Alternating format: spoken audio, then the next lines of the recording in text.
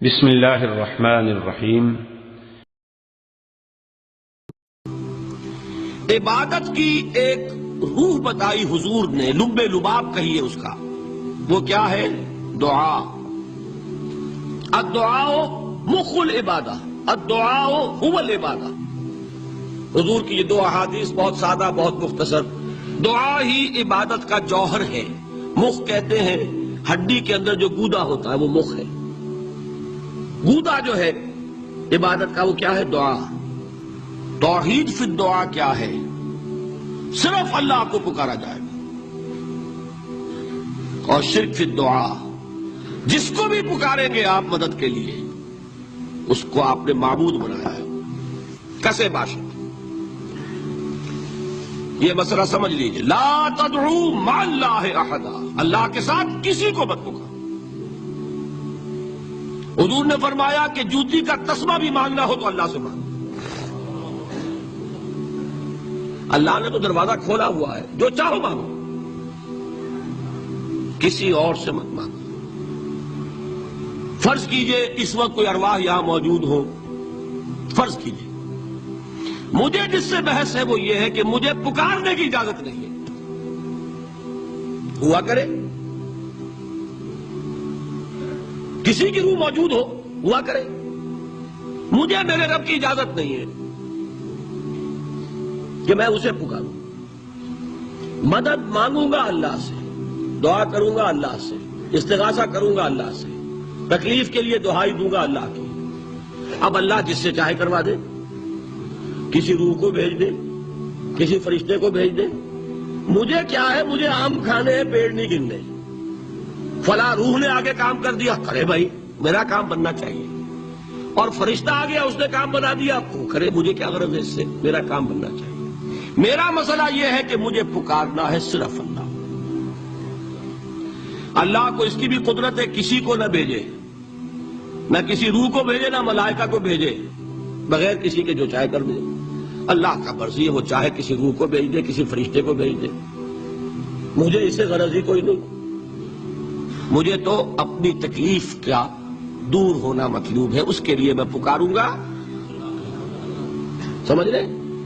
دیکھیے میں سادہ ترین کر رہا ہوں مسئلہ۔ عبد القادر جیلانی کی روح یہاں ہے یا نہیں؟ حضور کی روح انور یہاں ہے یا نہیں؟ یہ تو علمی مسئلہ ہو گیا نا۔ یہ فرشتے یہاں ہیں کہ نہیں؟ کوئی اختلاف ہے؟ میں پکار سکتا ہوں اسے کہ بھائی ذرا میرا کام کر دینا ہے؟ یہ کروں گا تو شرک۔ موجود ہے کرامن کاتبین ہے کہ نہیں؟ موجود ہونا نہ ہونا یہ مسئلہ علمی۔ جو اصل میں شرک سے متعلق مسئلہ ہے وہ یہ ہے کہ پکارنے کی اجازت نہیں۔ دیکھیے حضور کی ایک حدیث ہے، اور یہ ایک ہمارے لیے خوشخبری ہے۔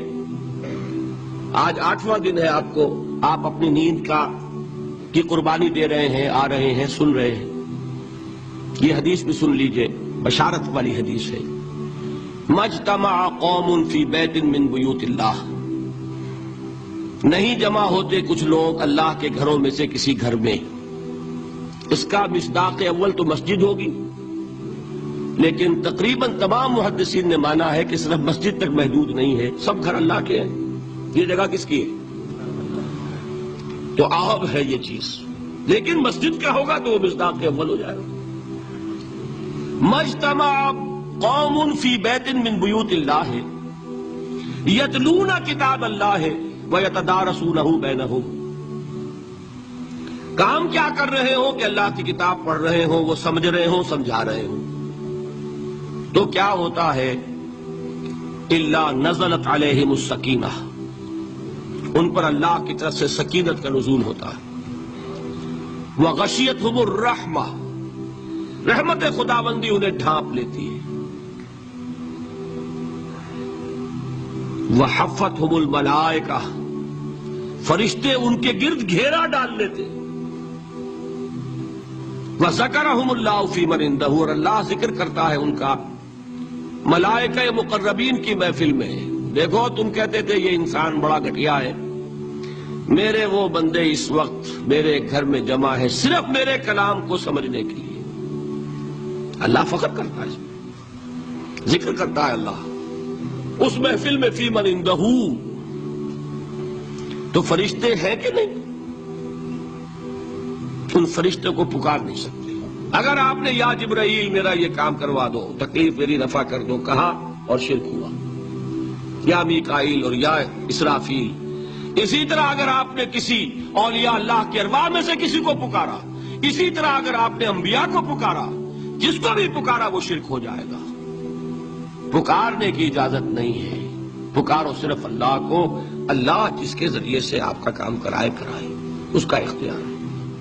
نداء لغیر اللہ، اللہ کے سوا کسی اور سے دعا، کسی اور سے استغاثہ، استدعاء، استمداد، یہ استعانت، یہ ہے اصل میں شرک۔